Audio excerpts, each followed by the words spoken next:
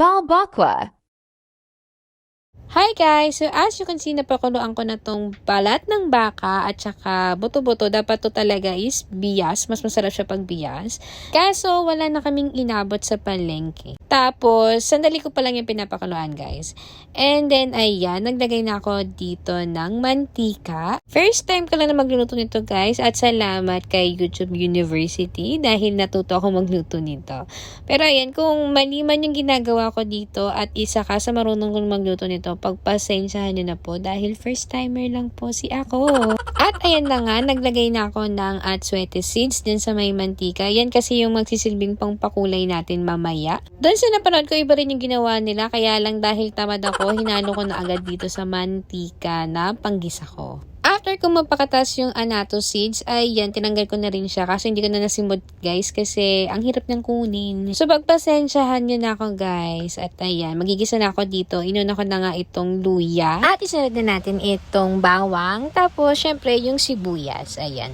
Tapos mix-mix lang. And then ayan, nilagay ko na rin dito yung lemongrass. Next is itong sibot. Yung iba nilalagay nila star anise. Kaya lang hindi ko feel ang star anise dito sa luto na to. So, yan, sibot na lang ang hinalo ko. Pero may mga napanood din naman ako na sibot talaga ang hinahalo nila. So, kanya-kanya lang tayong gusto niyan. Tayo naman ang kakain yan, hindi sila. So, wag silang pala desisyon sa mga gusto nating ilagay sa kakainin natin.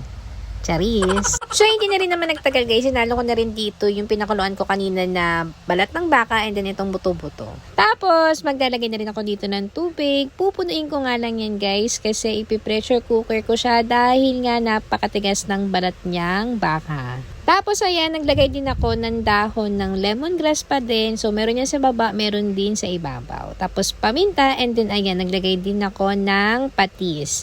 Tapos, isinarado ko na rin yung pressure cooker. Siyempre, mabilis lang ang transition yan, guys. Kaya naman, luto na ang aking balbakwa. At ayan na siya. O, diba? Kumukulo na yan, guys. Tapos, tinanggal ko na yung lemongrass dyan. Kasi feeling ko wala na siyang silbi. And then, naglagay na rin ako dyan ng beef cubes. Tapos, itong scallions. And then, bell pepper, red yung ginamit ko. Tapos, itong siling haba. Tapos, tsaka ko siya hinalo, halo.